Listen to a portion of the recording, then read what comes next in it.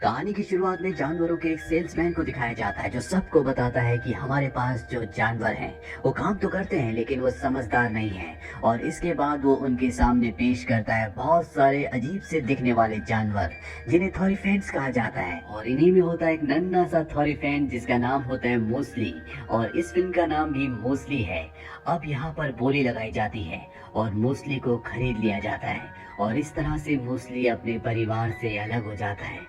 वक्त बीतता है और 25 साल हो जाते हैं। मूसली का अब खुद का अपना एक परिवार है, उसकी एक बीवी है और एक बेटा है। मूसली को जिस आदमी ने खरीदा था, जो उसका मास्टर है, वो बहुत ही बेरहम होता है। वो उस पर बहुत सख्ती करता है, लेकिन मूसली अपने परिवार के खातिर कुछ नहीं कहता। वो हर वो काम करता है जो उसका मास्टर कहता है। अब एक दिन यहाँ पर वही सेल्समैन आता है जिसने आज से 25 साल पहले मूसली को बेचा था। उसके पास खुद का एक थॉरीफेंट होता है जो कि बूढ़ा है और ये मूसली का दोस्त होता है। अब यहाँ पर सेल्समैन मूसली के मास्टर को कहता है कि मैंने तुम्हारे लिए एक लैंड देखा है, तुम उसे खरीद लो। लेकिन मूसली के मास्टर के पास पैसे नहीं है, इसीलिए सेल्समैन उसे सलाह देता है कि तुम मूसली के बेटे को नीलाम करवा दो, जिससे तुम्हें पैसे मिल जाएंगे और तुम उस जमीन को खरीद लोगे। मूसली जब ये बात सुनता है तो अपने मास्टर के पास जाता है। वो कहता है कि वो जमीन पूरी तरह से बंजर है, उस पर खेती नहीं की जा सकती, तुम उसे कैसे खरीद सकते हो। लेकिन मूसली का मास्टर उसकी एक बात नहीं मानता और उसे पत्थर मारकर वहां से भगा देता है। अब रात को मूसली जब अपने परिवार के साथ होता है तो उसका बेटा कहता है कि मैंने एक जगह देखी है, आप मेरे साथ चलो। हालांकि मूसली थक चुका है लेकिन फिर भी वो अपने बेटे के साथ जाता है। उसका बेटा उसे एक गुफा में ले जाता है जो कि बहुत ही पुरानी है और यहाँ पर बहुत सारे थॉरीफेंट्स की ड्राइंग बनी होती है जो सब के सब अपने दो पैरों पर खड़े होते हैं। वो अपने हाथों से इंसानों की तरह काम कर रहे होते हैं, जबकि यहाँ पर जितने भी थॉरीफेंट्स हैं वो सब के सब चार पैरों पर जानवरों की तरह चलते हैं। तभी उसे सेल्समैन के थॉरीफेंट की बात याद आती है जो कि उसका दोस्त भी है। उसने उसे बताया था कि आज से कई साल पहले सभी थॉरीफेंट्स इंसानों की तरह दो पैरों पर चला करते थे, लेकिन इंसानों की डर की वजह से वो नॉर्थ की तरफ चले गए और जो थॉरीफेंट्स यहाँ पर रह गए उन्हें इंसानों ने गुलाम बना लिया। अब वो जानवरों की तरह चार पैरों पर चलते हैं और यहाँ के चार पैरों पर चलने वाले थॉरीफेंट्स को आज भी यकीन है कि दो पैरों पर चलने वाले थॉरीफेंट्स उन्हें बचाने के लिए आएंगे। लेकिन मूसली को इस बात पर बिल्कुल यकीन नहीं है। अब वो वापस अपने घर पर आ जाता है और तभी वो अपने मास्टर की और सेल्समैन की बातें सुनता है। वो कहता है कि मूसली की पत्नी प्रेग्नेंट है और जैसे वो बच्चे को जन्म देगी हम उसके बड़े बेटे को बेच देंगे। सेल्समैन ये जानकर बहुत खुश होता है। मूसली की पत्नी को इस बात का बहुत दुख है, लेकिन उसे आज भी यकीन है कि दो पैरों पर चलने वाले थॉरीफेंट्स उन्हें बचाने के लिए आएंगे। मूसली इस बात पर विश्वास नहीं करता। अब मास्टर को जमीन मिल चुकी है, इसीलिए मूसली को वो अगले दिन वहाँ पर खेती करने के लिए ले जाता है। जमीन बहुत ज्यादा बंजर होती है, यहाँ पर हल नहीं चल रहा होता। इस बात से उसके मालिक को बहुत गुस्सा आता है। वो मूसली पर अत्याचार करता है और मूसली जब पूरी जान लगाता है तो हल टूट जाता है, जिस बात से उसके मास्टर को बहुत गुस्सा आता है। यहाँ पर मूसली को भी बहुत गुस्सा आता है, उसके अंदर दुख भी होता है क्योंकि उसके बेटे को बेचा जा रहा होता है। इसीलिए मूसली तय करता है कि वो नॉर्थ की तरफ जाएगा और वहाँ पर जो दो पैरों पर चलने वाले थॉरीफेंट्स हैं उनसे मिलेगा और मदद मांगेगा। वो अपने बेटे से कहता है कि अपनी मॉम का ध्यान रखना, मैं थॉरीफेंट्स को ढूंढने जा रहा हूँ, और जंगल की तरफ भाग जाता है। उसके पीछे उसे पकड़ने के लिए लोग भागते हैं, लेकिन वो जंगल में गुफा की तरफ जाकर गायब हो जाता है। मास्टर को वो नहीं मिलता, इसीलिए मास्टर वापस आकर उसकी पत्नी को और बेटे को बंद कर देता है। मूसली के भाग जाने से मास्टर बहुत परेशान होता है क्योंकि उसके सारे काम मूसली किया करता था। तभी उसके पास सेल्समैन आता है और वो कहता है कि तुम चिंता मत करो, मैं तुम्हारे लिए एक शिकारी को लेकर आया हूँ जो मूसली को पकड़ लेगा। ये बहुत ही भयानक शिकारी होता है और अब ये भयानक शिकारी जंगल की उसी दिशा में जाता है जिस तरफ मूसली भागा था। वही सेल्समैन को दिखाया जाता है जो अपने दो प्यादों को उसके पीछे भेजता है ताकि उसके प्यादे जान सके कि थॉरीफेंट्स को कैसे पकड़ा जाता है।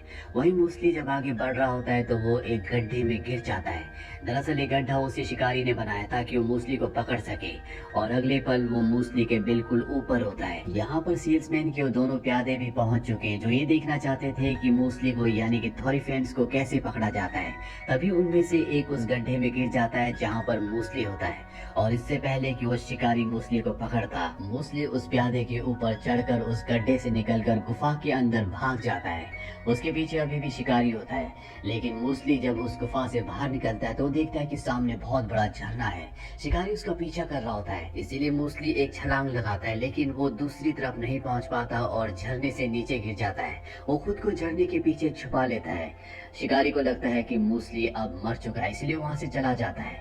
मूसली वहां एक गुफा में पहुंचता है और वो देखता है कि वहां पर उसी तरह के चित्र थे जिस तरह के उसके बेटे ने उसे पहली वाली गुफा में दिखाए थे। और अगले पल उसके सामने दो पैरों पर चलने वाले तीन थॉरीफेंट्स आ जाते हैं। इनका नाम होता है वॉर्नी, डेवियर और एल्डरली गेलियन। मूसली को पहले तो अपनी आंखों पर विश्वास नहीं आता, क्योंकि उसे पूरा विश्वास नहीं था कि दो पैरों पर चलने वाले थॉरीफेंट्स, जिन्हें अपराइट्स कहा जाता है, वो अभी भी एग्जिस्ट करते हैं। मूसली उनसे पूछता है कि तुम लोग यहाँ पर क्या कर रहे हो। वो बताते हैं कि हमारे दोस्त को कल रात को सपने में जुगनू दिखे थे, उसके बाद हम यहाँ पर आ गए। दरअसल ये दो पैरों पर चलने वाले अपराइट थॉरीफेंट्स भी मूसली को देखकर हैरान होते हैं, क्योंकि इन्हें भी नहीं पता था कि इनकी दुनिया से बाहर और भी थॉरीफेंट्स हैं। मूसली उन्हें बताता है कि इंसान हम पर अत्याचार करते हैं, हमें तुम्हारी मदद की जरूरत है। ये तीनों के तीनों मूसली को यहाँ से अपनी जगह की तरफ लेकर निकल पड़ते हैं। मूसली को पता चलता है कि जितने भी थॉरीफेंट्स हैं वो पैदाइशी योद्धा होते हैं, यानी कि उनके अंदर लड़ने की बहुत अच्छी कला है। अब ये चारों के चारों एक जंगल के सामने आकर रुक जाते हैं। यहाँ पर मूसली को बताया जाता है कि इस जंगल के दूसरी तरफ हमारा शहर है, लेकिन हम पवित्र नहीं है, इसीलिए हम इस जंगल को पार नहीं कर सकते। यहाँ पर थॉरीफेंट्स का एक पेड़ है जिसे एक गार्डियन गार्ड करता है, और जो भी इस जंगल के अंदर जाता है वो कभी लौट कर वापस नहीं आता। तभी मूसली देखता है कि वहाँ पर एक गुफा है। वो कहता है कि हम इस गुफा के रास्ते दूसरी तरफ जा सकते हैं। सब उसकी बात मान जाते हैं, पर जब एक गुफा के अंदर जाते हैं तो सभी पेड़ धंसना शुरू हो जाते हैं। सबके सब बड़ी मुश्किल से अपनी जान बचाकर वहाँ से बाहर निकलते हैं, और अब इन्हें जंगल पार करने के लिए एक लंबे रास्ते से जाना होगा। ये लंबा रास्ता चुनते हैं, लेकिन शिकारी अब भी इनके पीछे होता है, वो इन तक पहुँचने वाला होता है। मूसली अपने साथियों को बताता है कि ये शिकारी मुझे पकड़ने के लिए यहाँ पर आया है। इसके बाद गैलियन मूसली को एक चट्टान के पास ले जाता है जहाँ पर बहुत सारे जुगनू होते हैं। वो मूसली को कहता है कि हमें यहाँ से कूदना होगा, तुम्हें इन जुगनुओं पर भरोसा करना होगा। हालांकि मूसली को भरोसा नहीं होता, पर गैलियन की बातों पर विश्वास करके वो अपनी आंखें बंद करके डरता हुआ अपने पैरों को आगे बढ़ाता है, और वहां से नीचे दोनों के दोनों गिर जाते हैं। और अगले पल दिखाया जाता है कि इन दोनों के पैरों में जुगनू है। उन जुगनू ने इन्हें उठा लिया है और ये दोनों के दोनों हवा में उड़ रहे हैं। अब यहाँ पर जो और दो थॉरीफेंट्स अपराइट हैं वो भी ऐसे ही करते हैं, और जुगनू उन्हें भी संभाल लेते हैं, और इस तरह से हवा में उड़ते हुए शिकारी से दूर पहुंच जाते हैं। साथ ही ये जंगल पार करके अब थॉरीफेंट्स के, जिन्हें अपराइट कहा जाता है, जो दो पैरों पर चलते हैं, उनके शहर में पहुंच चुके हैं। मूसली यहाँ पर आकर बहुत खुश होता है। वो देखता है कि यहाँ पर सभी थॉरीफेंट्स इंसानों से भी ज्यादा विकसित हैं। वो दो पैरों पर चलते हैं। उसे लगता है कि उसके परिवार को और इंसान जितने भी थॉरीफेंट्स पर अत्याचार करते हैं उन सबको ही बचा लेंगे। पर जल्दी उसे पता चल जाता है कि यहाँ पर एक भी जवान थॉरीफेंट नहीं है, सबके सब बूढ़े हैं। उसे बताया जाता है कि जंगल में थॉरीफेंट्स का जो पवित्र पेड़ है उसके शराब की वजह से सब कुछ हुआ है, इसीलिए अब यहाँ पर बच्चे पैदा नहीं होते। इस बात से मूसली बहुत निराश होता है। वो अपने घर वापस जाना चाहता है, पर जाने से पहले वो क्वीन से मिलता है। वो क्वीन से कहता है कि मुझे मेरे परिवार को आपकी मदद की जरूरत है। क्वीन कहती है कि मैं तुम्हारी मदद जरूर करूंगी। और तभी इन्हें पता चलता है कि यहाँ पर शिकारी आ चुका है। ये सब के सब शिकारी को अंदर आने से मना करते हैं, और ये शिकारी बहुत खतरनाक है। वो गैलियन को जख्मी कर देता है। सब के सब गैलियन को अंदर लेकर आते हैं। गैलियन अपनी जिंदगी की आखिरी सांसें ले रहा है। मरने से पहले वो मूसली से कहता है कि तुम्हें जुगनुओं पर विश्वास करना होगा। इसके बाद उसकी मृत्यु हो जाती है, और तभी मूसली देखता है कि उसके सामने काफी सारे जुगनू हैं। मूसली अब यहाँ पर सारे अपराइट थॉरीफेंट्स को बचाने के लिए कहता है तुम सब छुप जाओ, मैं उस शिकारी को लेकर उस श्रापित जंगल के अंदर जाऊंगा, ताकि वो हमेशा के लिए वहाँ पर फंस जाए, उसका अंत हो जाए। रानी उसे बताती है कि थॉरीफेंट्स का जंगल में जो पवित्र पेड़ है, जिसके बारे में किसी को नहीं पता कि वो कहाँ पर है, अगर तुम उस तक पहुँच गए और तुमने उसका पवित्र फल खा लिया तो ये श्राप पूरी तरह से खत्म हो जाएगा और सब कुछ पहले की तरह ठीक हो जाएगा।